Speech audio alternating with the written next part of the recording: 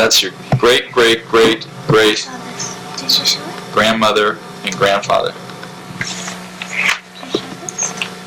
Their names? Grandpa and Grandma Grey. What was their first names? James and Ramona Grey. Don't you think this is pretty? I think it's pretty. Yeah. Shows you the better. So I don't take the best picture in the West. So you were going to talk about the. We were talking about. My name is Lawrence Edward Shaw. We were going to talk about where that came from. You said the Piedra, Lorenzo Eduardo Piedra. Lorenzo Pereida. Pereida. And he was your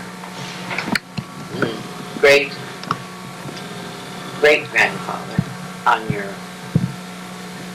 mom's side. Let's see. Papa was your grandfather. Your great grandfather on your mama's side. Your Lorenzo Pereida. And he was Spanish and French. And left Paris and migrated to the United States and went to San Francisco. What year? Do you know about what time this was? About 1848, 1840, 1850, along in there. And stayed there several years, and then went back to Spain, and then came back and migrated into Mexico. And married my grandmother, and her name was Liberty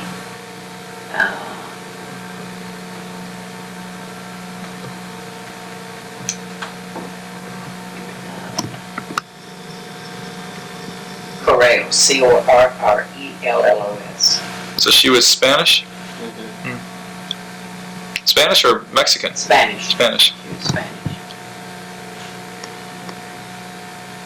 He married Grandma, and out of that marriage came my mother, Ramona, and also Carmen and Thomas was born out of that. Carmen and Thomas? Ramona, Carmen, and Thomas. The Carmen that lives here? No, not our Carmen, no. And Auntie Carmen, Mama had coal black hair and black eyes, and Auntie Carmen had blonde hair like mine and blue eyes. Mama had olive skin, and Grandma was, typical Spanish blonde. Huh. And Uncle Tom had dark hair. And I have a letter somewhere that Uncle Tom wrote me, and when I can resurrect it, I'll let you see it, and then we'll frame it and get a photo set for you. Then my father came along, and he was there. Mama and her mother were living in Mexico, and Grandpa Pereida. And Grandpa Pereida died shortly after my father came on the scene. And Papa was building, my father, James Gray, was building the railroads in Mexico when he met Mama. And he married her, and they came over to Calabasas in Arizona, where the first train came in. And the year, let's see, Dora's would be 104. Yeah, 104 if she was alive. And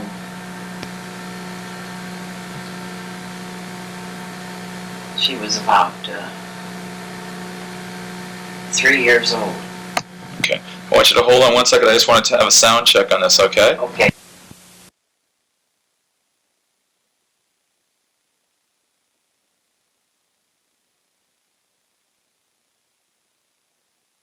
She was 3 years old when Papa brought the train in, the first train in from Mexico to Calabasas.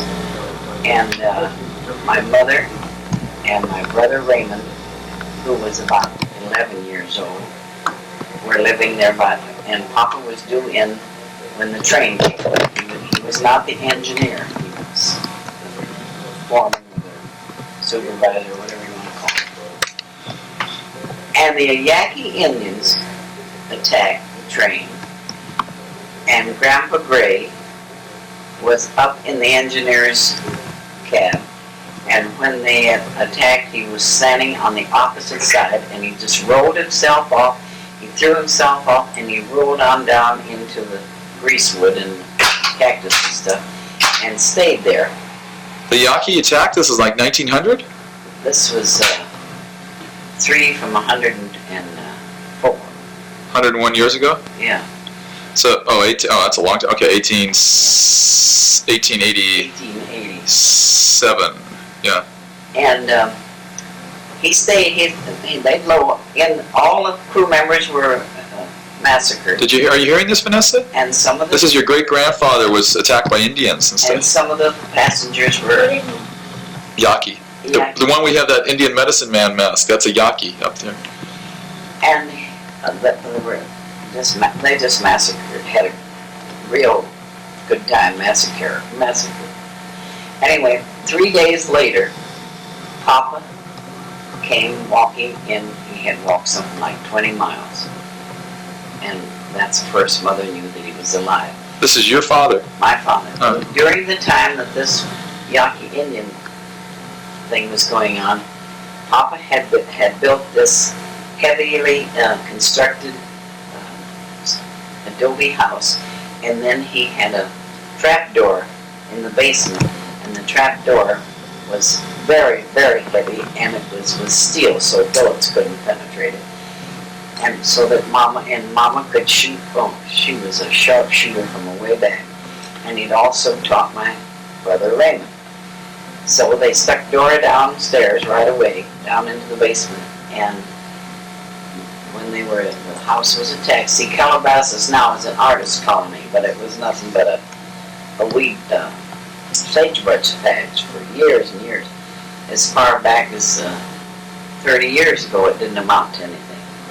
Anyhow, he escaped, and then he decided that he'd had enough of that. Wait, you were talking about there was an attack on the house one time? Yeah, they attacked. Well, at the time they attacked the train, they came on in. And they attacked the house right after that. Attacked the families that were living there, and they fought him off? Your mother fought him off? Mother and my brother Raymond fought him off, and when everything quieted down to be sure that nothing happened, they all went down. The two of them went down to the cellar, and they had this heavy door was bolted, and so there was no danger for them.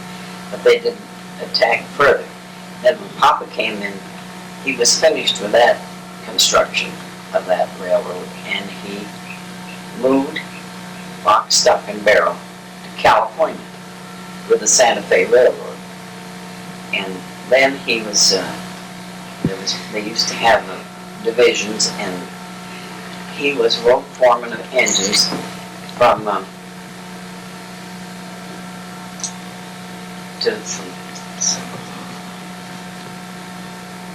I think it was St. Louis to Point Richmond, California. I know that point.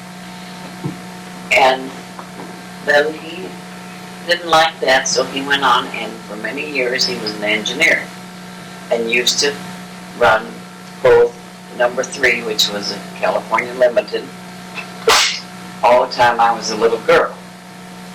And he is the one that took the holiday. Always on the 16th of May, we left town, and Papa left. He had this 4-family flat in Hermosa Beach, and we would go there, and Papa would fish and do whatever he wanted to do until the 15th day of September. And the 15th day of September, we'd go back to Needles, and he'd go back to work. The one in Hermosa Beach, is there any pictures of that? No, there's one picture I'll show you. It just says Daytona, and that's all.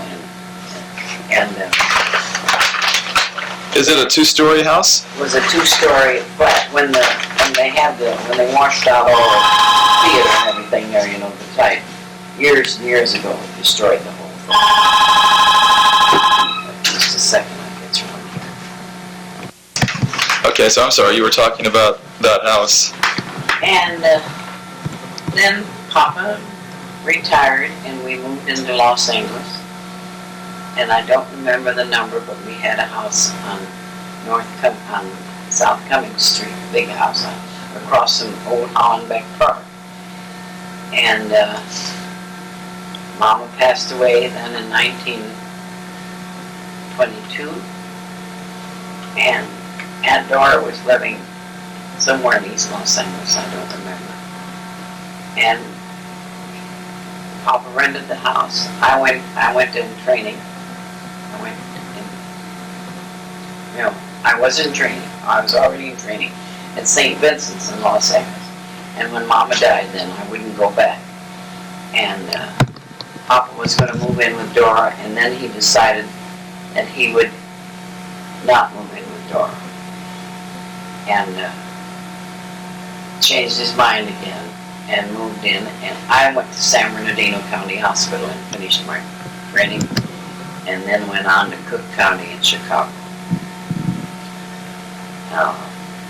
During the young years when I was about 5 or 6, Dora married Dan Trapegan, and they had a big fashionable wedding that would have done justice to a fine city. And had a long honeymoon, and they came back and built that house that you have a picture of, the brown house. Uh-huh. Now that house has or had a living room, a dining room, and a kitchen that looked out to the side. And then there was a door. The bathroom was sort of in the center of the house, and there were 2 steps, and you went up into a little dressing room. And in the back there was a glassed-in porch and the kitchen. 2 bedrooms. And that's only when I know of any stairs that you asked about. And then Aunt Bela married when I was about 9 years old, and to Paul Lynn, and they lived in Needles until finally Paul and Bela moved to San Bernardino. And your mother, Aunt Dora had 2 children, Kay, Catherine Gray, and Daniel Eugene Trapegan. And Aunt Bela and Uncle Paul had Paul Lynn and James Lynn. Paul Lynn is now deceased. Kay and Danny are both deceased. And Jim Lynn still is living in Corella, and he is about 65 now, somewhere along that area. He retired, and he had 2 sons, James and Norman and Robert. And James is the one that just married.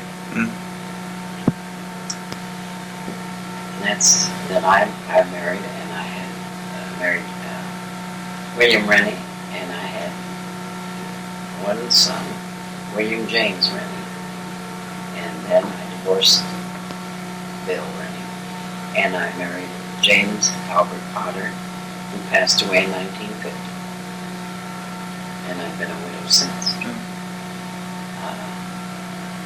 The only Grey member left of the original family is me, and I'm the only one left of the original family. And in the Lynn family, James Warren, that lives in Corella, is the only one left of the original Lynn family. I didn't bring in Danny's family. I should have brought that in, and I didn't. Dan Trapegan Jr. went into the service and came out and was married, and he married Claire LaBrette from Massachusetts, and they had 2 children. As a result of that, one was Diane and the other was Ellie. They're both residing in Florida, in, I don't know where. Right, Coral Gables and Fort Myers. Coral Gables and Fort Myers. Jimmy and I live in Honolulu, in Kaneohe, Hawaii, and worked as an RN to start with. And when I first started as a graduate nurse, I worked from 6, I did private duty, and I worked from 7 in the morning till 7 at night, or 7 at night till 7 in the morning, whichever the case called for. 12 hours, for which I was paid $6 a shift for 12 hours. You make more than that babysitting, huh, Vinessa? Oh. Isn't that ridiculous? Yeah. And the first job that I held as a supervisor paid me the handsome sum of $75 a month in my room and board. Huh. And when I quit in 1977, I was earning $1,900 a month as an administrator. And At the age of 75, too. And for the 20 years prior to that, to 75, I had done nothing but either director of nurses or an administrator. Well, I think what I want to do is, when Susan comes back in, I want her to finish this off, is for you, if you can talk a little bit about my mom and my dad and how you perceive them as a couple. I will be happy to. And I can tell Susan just to turn this on then. And so we're signing off here. Your mother and dad loved each other very much. And they were, I hate the term cute, but that's the only thing you could say about it. They were just as cute and cuddly and funny as they could be. And they were together. And it's a pity that it was torn asunder. So they were cute and cuddly for how long? Oh, years and years. Even after they separated, they still loved each other dearly. There was just too much interference and too much hassle and nagging, you know, that from outside sources didn't have any reason to meddle. Unfortunately, they did. So, and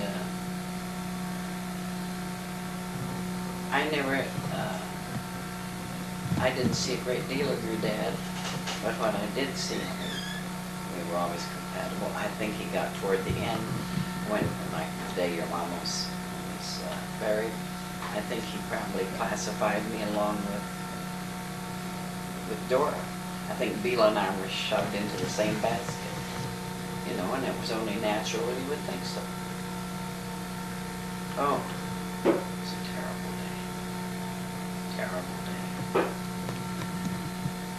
More ways than one. And then, your mother called, I used to talk to your mother a lot, because I felt very badly for her. And she had a sweet, wonderful disposition, and she was really as lovely as she was beautiful. And so, I said to her, "How are you doing, Kay? I'm going to come over and see you."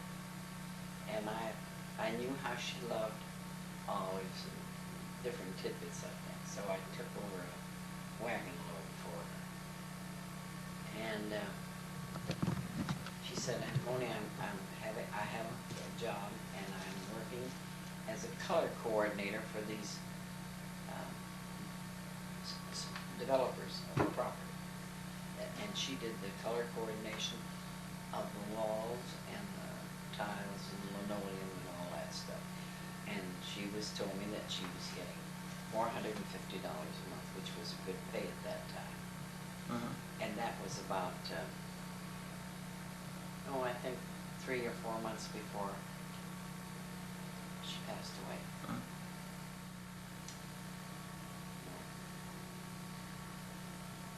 Well, I know when my dad, I guess he divorced his wife to marry my mother, I believe so.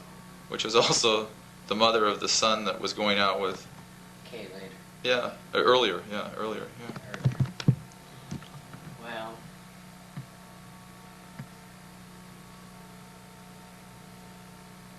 they had some very, very happy years, that's for sure.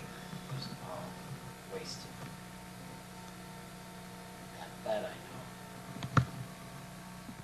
know. We came in from Arizona. Jim and I drove in from Gove, Arizona, to see the baby. And I could have killed your mother with joy. She would not let us see. Why?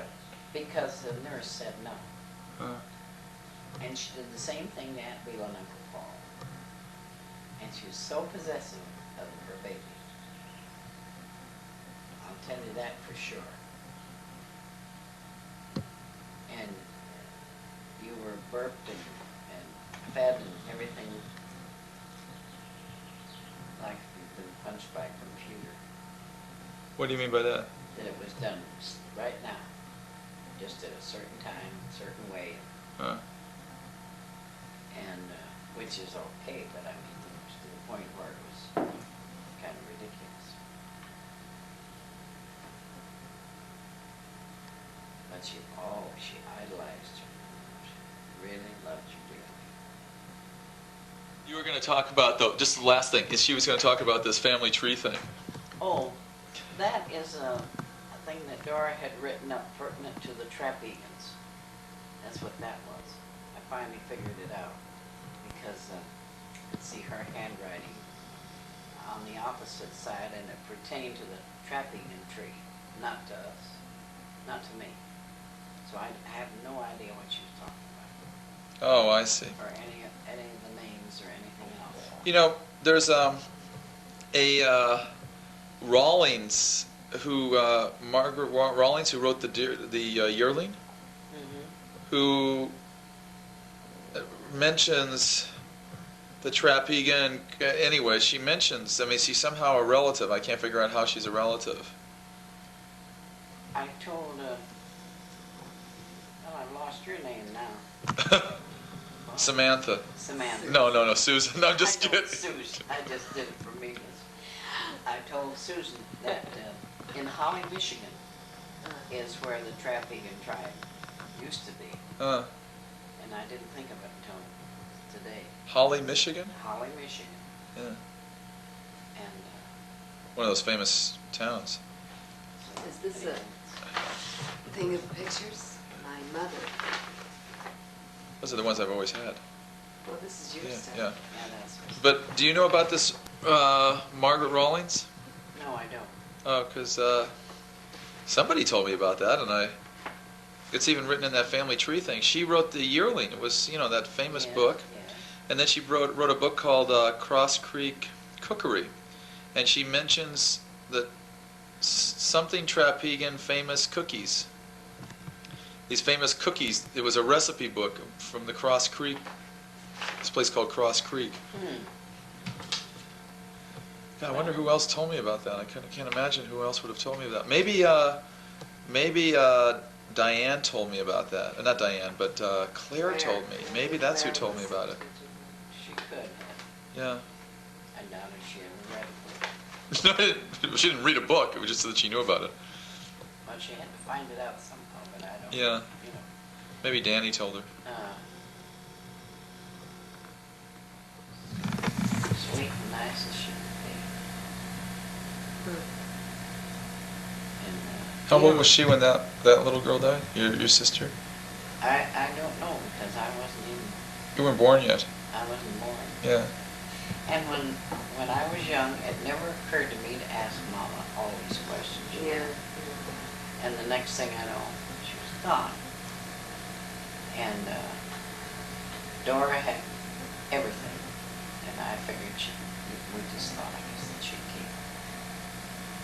What she did, I don't know. So all five of do you know any stories of all five of them? Well, that one, and Raymond, and then Jimmy died quite young, was a baby.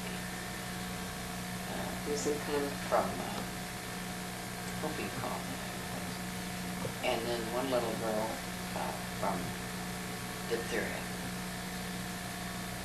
And Raymond was what, 18 when he? 18.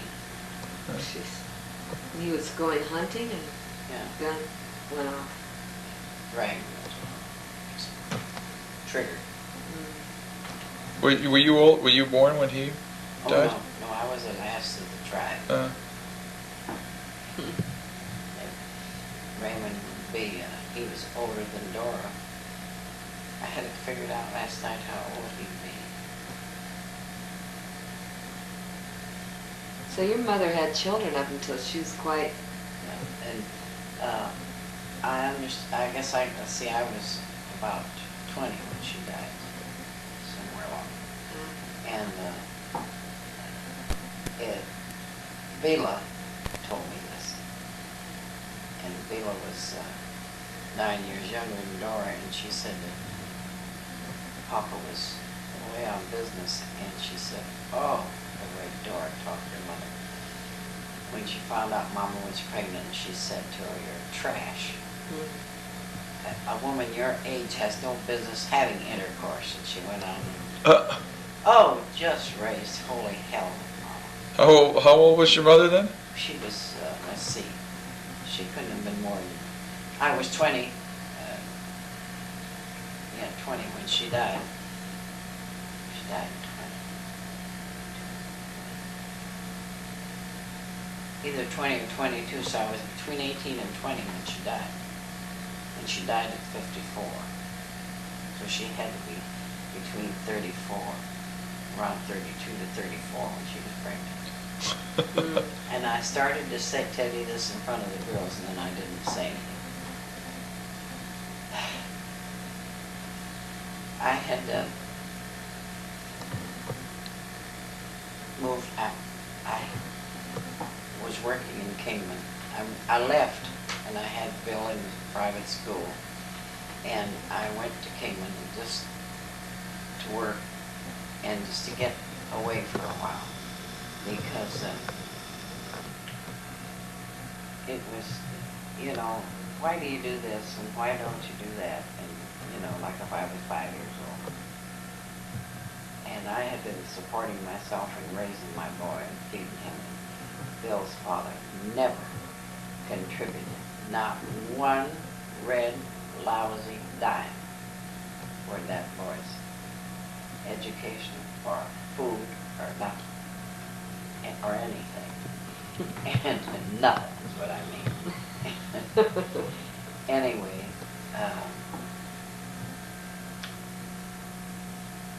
it was about 19,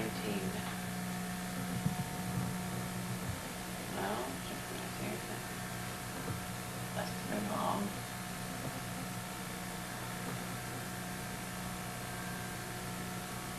First part of the 30s. And Bill was ill, and I was working, and they thought he might have undulant fever. And I was working in I was a friend, and that's the only time I ever asked Bill Sr. to do anything. And I called him, and he said, I'll come and see him. And he came to see him at the hospital.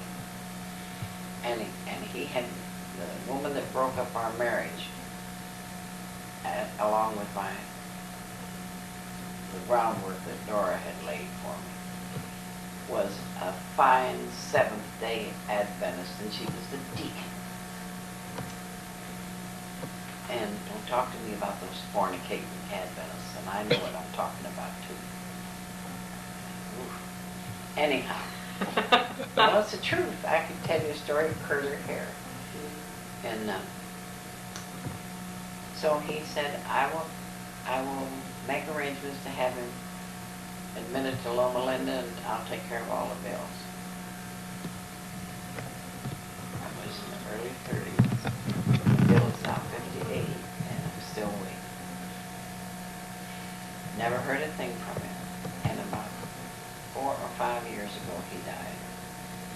And one day, I was sitting there and didn't have anything to do, and I thought, I wonder, I don't feel right about Bill Rennie. And I called, and this was his fourth wife now. The Adventist, they either gotten a divorce or she died. I think they got a divorce. But he sent her kids through college and everything, not even a glass of milk for his own. And she said, well, Bill was in very bad shape. That's why he died about 4 or 5 years ago with cancer. And he said, well, the reason I never did anything for Bill was because I felt that Mr. Potter could take better care of him. You know, he wrote me and told me that he wanted to adopt him. I said, that's not what he said, and you know damn well it wasn't too. So, as far as I'm concerned, he can burn in hell. I don't have any love or feeling for him at all. And because never sent that boy a Christmas card, never bought him a toy, never did one single thing. And there wasn't any reason for it. He got mixed up with this Adventist outfit and just really didn't care. And one night he said that I had a little maternity hospital and I was holding up my end, and he said, are you going to Eunice Dunn's wedding tonight? And Dr. Dunn was the head deacon of the church. And Mrs. Woods was a deaconess. And this other, well, I put her out of my mind, I can't recall her name now. The one he married anyway. The one that broke us up finally. She was a deaconess. And I said, well, aren't you going to go? And he said, no, I'm not going to go. And I had a nurse's aide working for me named Ethel. So I went to I said, well, I'll do it and I'll go. So I went to the church and just barely got inside the door when Mrs. Woods confronts me. And Mrs. Woods had 3 beautiful little girls and kind of a milquetoast husband, I thought, but I found out differently. And Mrs. Woods says, where's Bill? I said, well, he's home. He's tired. And she just blew her stack right then and there, and she said, well, if you'll go home, you'll finally find him in a compromising position with Ethel. So, okay, I'll go home and find out. And I did, see. And so... And you did find him with that? Yeah. Oh, no. Yeah. It's the only time I ever did anything really violent. And I didn't do it right then and there. I just told him, and I said, out. Right now, out. And I locked up the place and didn't have any patients right then. And I went to bed. And a couple of hours later, here comes Herr Rennie, and creeping into bed and going to be romantic, and I was hot under the collar. And he was a big man, and I got him out to the kitchen door and opened that door and threw him out on the sidewalk bodily. That's how mad I was. It cost me, that little fiasco of his cost me probably $10,000. Wow. Besides wrecking my business, you know. So anyhow, he had been working for these people, and I find out next morning I got up early and I went to see Mrs. Woods, and I said, he told me, he said, well, the only reason that Mrs. Woods told you that's because she's jealous. I've been stopping there and spending 2 or 3 hours a day with her after he leaves. I never get there till after Edgar Woods. After Edgar leaves, then I stay there with her and play 2 or 3 hours. And should have known what a healer was when he did the thing like that. So I confronted her with it. And this nice little deaconess said, "Oh, Mona, please, please. I've got my 3 little girls, and this is why my first husband left me. They're not Edgar's children. He adopted them, and he told me if he ever caught me in anything like this, he'd take the children, and he'd never let me even see them." So sucker Annie let her get away with it. Because the children were lovely little kids. And what's that name's name? I just had it on the tip of my tongue. Jeanette. Jeanette was the other deaconess. And so then Bill's sister lives in Redlands, and the family have always been my friends. Oh, I didn't go to see him. And anyhow, Mickey, his sister, lived up on Chestnut Street in Redlands. And she called me one day, and she said, and Mickey was not the cursing kind, she was a nice lady. And she said, "I'm so damn mad, I'm going to kill that Bill." And I said, "What's the matter?" She says, "Making a whorehouse out of my house, out of my home." And I said, "What are you talking about?" Well, she said, "The dear deaconess and your friend, Jeanette, I came home and found them in my bed." The 2 women? No. Oh, the deaconess? The deaconess and Bill. Oh. I found them in my bed, and she said, I really am so mad." I said, "Well, that's nice. That's fine by me." And so there you are. And there were a lot more that dear Adventists that I began then to watch, and to see what was going on. So finally, I called him at one time, and he never did show up to do anything for Bill. And he never sent him a card or not one single thing. And even if he'd hated me, it didn't need to be that way. And of course, my Bill, got his revenge. Bill did not tell me.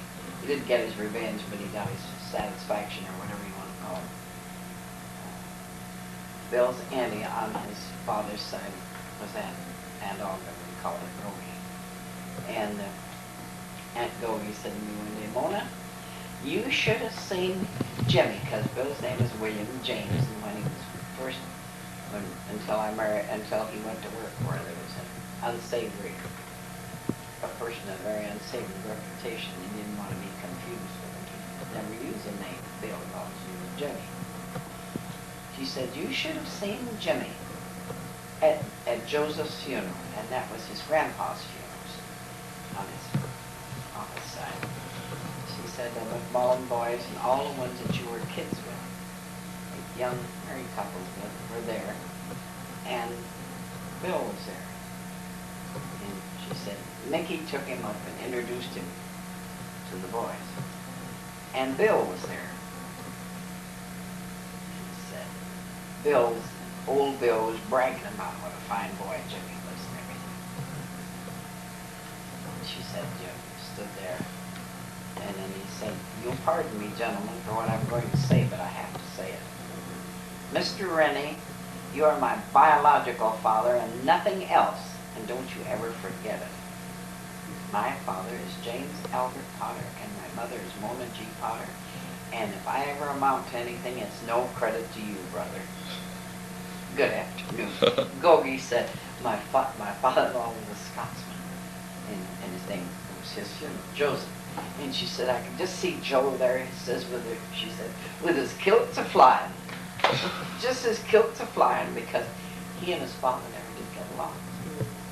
And so this was, of course, long after I married Jim, but when I first married Jim, the first Christmas, I said, "I want to go over to Redlands and see Aunt Mildred and Grandma and Grandpa." And Jim thought that was just hilarious. He didn't say anything to me, but he said to my little stepdaughter, watch her come flying off of the porch, because he didn't think they would be like they were. So we went to Mickey's house, and there was a note on the door that said, Dear Monie, we're at Mother's. And Grandpa Well, Rennie Mickey is who? is his sister, is Jimmy's aunt, Bill's aunt. And Grandpa Rennie was an orange grower, and up on Highland Avenue where all those little houses are was Grandpa's grove. He had 10 or 15 acres, beautiful, beautiful grove.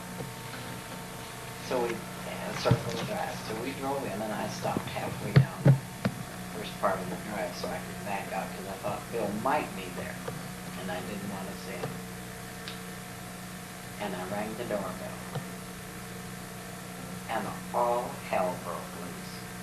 Grandma Rennie came to Dora, and she started screaming, Come everybody, Monie's here. Monie and Jimmy are here. And so I said to her, oh, Mother, I want you to come down. I've gotten remarried, and I want you to come and meet Mr. Potter and see Jimmy. And she walks down, and here comes the whole tribe. They left the dinner table and they came down. And Grandma announced to Mr. Potter, she said, oh, Mr. Potter, we're so happy, you know. We couldn't have Bill, we couldn't have Jimmy and Mona, so we've got their pictures on the tea cart right by the table. And she did. And we went in, and my father-in-law was about the age of Mr. Potter, and a little Scotsman. And Jim used to tell this story that the old man would said, come on, let's go down and I'll show you a barn. So we took him down to the barn, and he said the old man Grandpa unlocked the cupboard, and then took out one cigar and cut it in 2 pieces and gave Jim half of it. That just never did Jim never did get over that to his dying day, that he didn't get a whole cigar. But they were good friends. And then I opened it. After the war, I decided I wanted to open a restaurant, and I opened a restaurant in Redlands and operated it until I could sell it for a good figure. And one day, Jim wasn't well, Big Jim. And so I called Mickey, and I said, Mickey, I'm worried about Jim. He isn't feeling well. Would you mind taking him to the doctor for me? She said, no, I'll take him. So I was real busy, and this was about 10 o'clock in the morning when I called, and my God, I didn't get around to calling again until about 4:30, and I called the house, and he wasn't there, and I was frantic. So I called Mildred, and Mildred wasn't home, and I called Grandma Rennie. And Grandpa Rennie answered, and I said, I always called him Mr. Rennie for another reason. I said, Mr. Rennie, this is the bad penny. And I said, do you know anything about Jim? Oh, he says, yes. He's upstairs. He says, Kaya, that was Grandma's name, Kaya and Mickey put him to bed, and we're taking care of him. How about that? So that's the way the family does it. The bad penny and Grandpa and I didn't get along because when Aunt Mildred got married, she didn't invite me to the wedding because she was 5 months pregnant, and she thought I was so dumb I didn't know it, I guess. And Grandma was so dumb she didn't know it, and I had noticed it, and I wasn't going to say anything, you know, but Mickey was afraid, I guess, I'd spill the beans.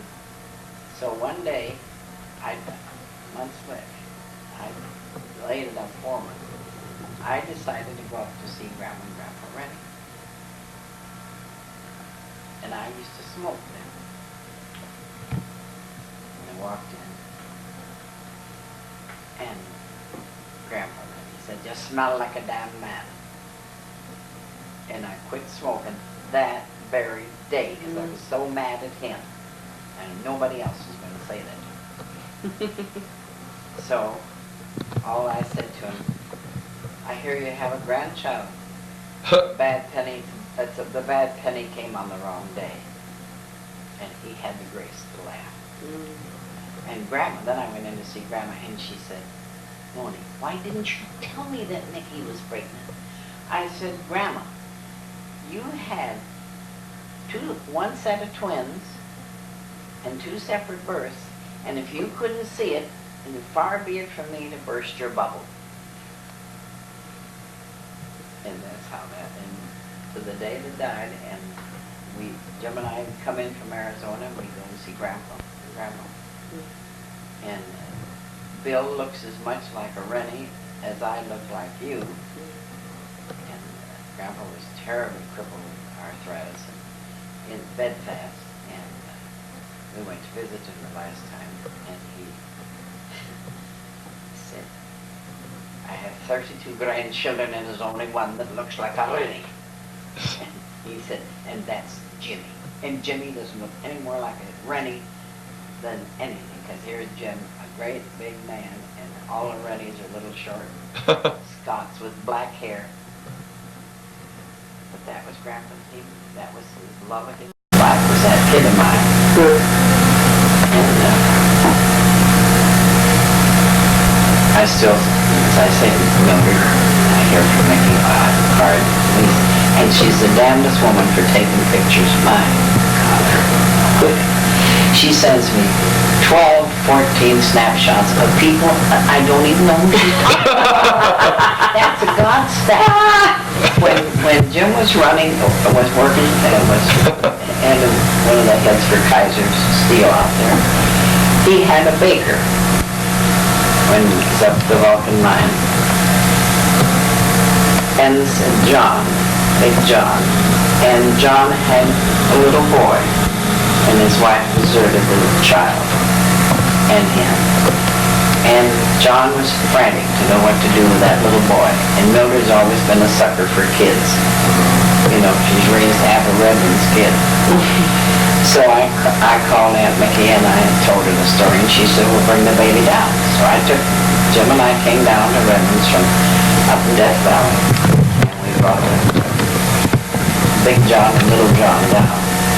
And now Little John has Little Johns, and I get all these pictures, and I don't, and this one is Amanda, and this one is Samantha, and something else. Why? And I don't know. And then she sent me, her boy was just a string bean. And then about a month or two ago, I get this picture, he looks like this. And it says on the back, Keith, the boy's name was Keith. Keith doesn't look like he used to. Keith must weigh 300 pounds. Oh, God, he's as big as a house. And then he's been married 2 or 3 times, so I get married, neighbor, and Maggie, and get all these pictures, and this baby with that one, and that baby with that one, and I just don't even know what, and she just does it all the time. She's done it for years. Well, what happens if you call her for? I wasn't there. And So it's morning. Vanessa, what did you think of Aunt Monie's stay here? Give it a rating. Yeah. I give it a 10. A 10. What was your A favorite? scale from 1 to 10, I give it to a 100. Now, name one of your favorite things that happened or that you like about Aunt Monie or that you thought was funny or something. Everything was funny. Everything was fun. Everything was nice. I just liked it all. You liked it all.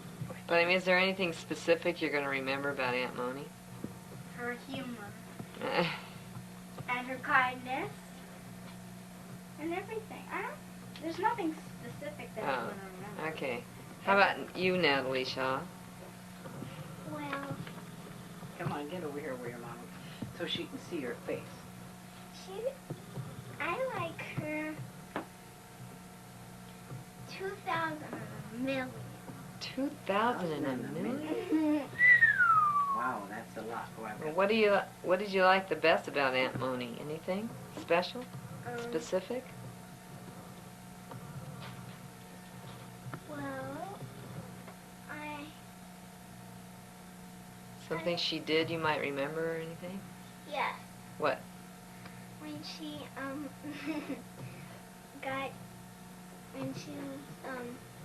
I'm ready to go whenever anybody else is ready to go. when she was Just as soon as I get Natalie. when we were eating our dinner, and I kept on making her laugh. Oh, you remember that? Can you She button rolled her those, honey? eyes. I can't button these. They're too little for my big fat fingers. Please. Big There. fat fingers. They look big. Yeah, are. They're fat and they're not very worth much. Yeah, better take. See, that's what I mean. Your humor and Oh, this side. for Connor. That's the thing. Yeah, she's really nice. That's what I paid for. 2,100 points. Points. I thought it was dollars you were getting. I don't have that much. I just teasing you. Where's your hairbrush so Monie can brush your hair?